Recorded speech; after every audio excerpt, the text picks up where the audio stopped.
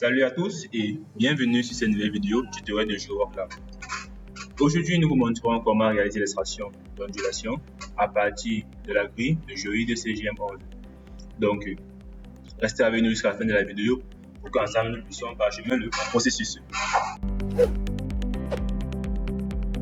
Tout d'abord, avant de passer à la pratique, nous allons faire un tour du côté de la théorie où nous allons expliquer les types de surfaces de référence en géodésique. Donc, nous allons se prendre le cas principalement de deux types de surfaces de référence. La première qui est le géoïde, comme le dit sur la figure. Qu'est-ce que le géoïde? Le géoïde, c'est une surface équipotentielle du champ de pesanteur, coïncidant au mieux avec le niveau moyen des océans qui se prolonge sur les continents. Donc, une surface équipotentielle, c'est une surface qui est tout simplement normale en tout point au champ de pesanteur. En raison de la répartition hétérogène de la matière composant la Terre, cette surface n'est donc pas régulière. Comme peut bien s'illustrer sur la figure, on constate qu'on a appelé une surface irrégulière. Et l'on ne saurait appliquer des relations mathématiques de transformation, d'où la nécessité d'avoir une surface irrégulière. Donc c'est pour ça que nous avons l'ellipsoïde de révolution, qui est une surface mathématique qui se rapproche le plus du géoïde défini pour faciliter les calculs. Ok, elle est engendrée par la rotation d'une ellipse autour de ces deux axes. Ces caractéristiques sont, nous avons des mi-grands axes, nous avons l'aplatissement et enfin l'excentricité. Maintenant, nous vous montrons une figure qui ressortira un peu les différentes surfaces. Donc, nous avons une légende là pour pouvoir expliquer la figure. En 1, nous avons les océans. En 2, nous avons l'ellipsoïde. En 3, nous avons le champ de pesanteur. En 4, nous avons le topoïde. Le topoïde qui est la surface à laquelle nous marchons. Et en 5, nous avons le géoïde. Donc là, il s'agit un peu de lister les différentes surfaces de référence. Pour finir, nous parlerons des altitudes. Notons que sur cette image, telle présentée, nous avons deux surfaces de référence, à savoir l'ellipsoïde et le géoïde. Donc, nous avons deux types de hauteur. Nous avons la hauteur qui est issue de l'ellipsoïde, appelée la hauteur ellipsoïdale, et celle qui est issue du géoïde, qui est appelée l'altitude orthométrique. Et bien sûr, entre ces deux hauteurs se distingue un écart, et cet écart est l'ondulation.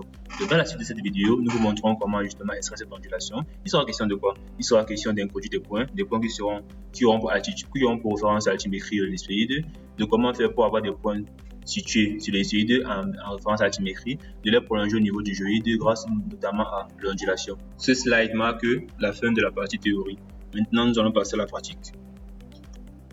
Pour réaliser cette opération, nous allons utiliser le logiciel ArcGIS Pro. Ici, nous avons notre logiciel ArcGIS Pro, dans lequel a été inséré le découpage en région du Cameroun. Nous allons venir donc insérer notre modèle de géoïde, la grille CGM11. Donc, nous allons chercher l'emplacement.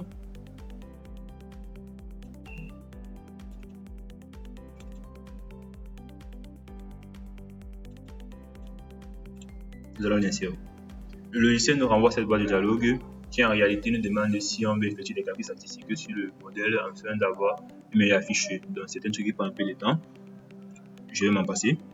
Et voilà mon géoïde CGM11 superposé avec le Cameroun.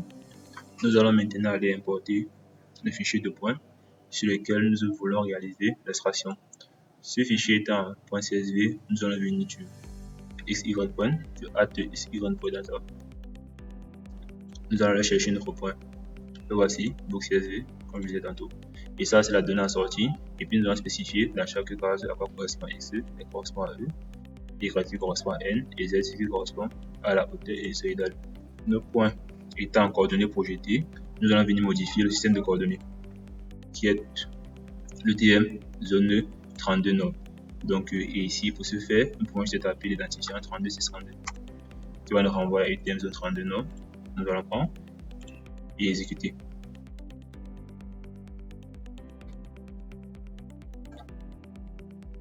L'exécution est terminée. Nous pouvons bien constater que nos points se sont bien superposés sur le Cameroun et sur la grille de géoïde. Maintenant, nous allons passer à l'extraction proprement dit. Comment faire pour extraire les ondulations à partir de nos points qui sont caractérisés par les coordonnées E, les coordonnées N et la hauteur ellipsoïdale. Comment faire pour avoir l'ondulation à partir de laquelle on pourra avoir la hauteur orthométrique. Maintenant, sans plus tarder, nous allons passer au vif du sujet. Nous allons taper extract point. Extract. Par point multi-valeur, simplement. Extract multi-valeur tout point. Une fois ceci entré, nous allons venir input point feature bien sûr, nous allons prendre notre fichier de points et input raster. Nous allons entrer notre modèle de géoïde. Ici, on peut modifier la donnée en sortie. On va mettre ondulation.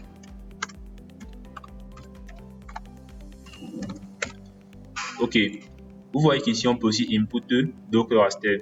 Donc, je tiens juste à préciser que certains d'entre nous, quand ils verront des rasters d'interpolation, ils penseront à la commande fil. La commande fil qui est une commande qui permet de retirer les imperfections.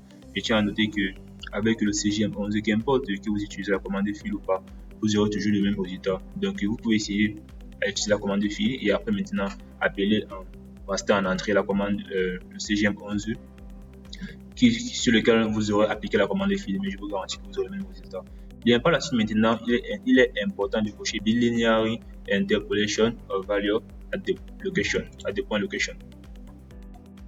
Une fois ceci fait, nous pouvons faire un tour au niveau de l'environnement pour un peu essayer d'expliquer le concept. Ici, nous avons Processing Span, Raster Analyze et GeoDatabase. Ici, au niveau de Span, Span ici est utilisé lorsque nous avons besoin de créer qu'une partie d'un jeu de données bien volumineux. Donc, vous voyez qu'ici, on peut spécifier les unions of input et intentional input.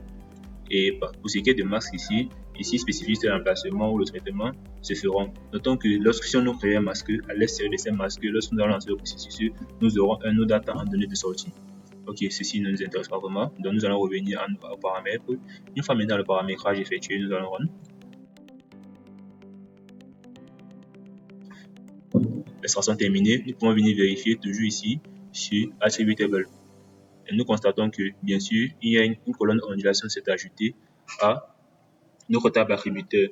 Donc, voici un peu la procédure à appliquer pour extraire l'ondulation à partir des coordonnées des points et de la hauteur sinusoïdale, grâce bien sûr à une grille de modèle de géoïde.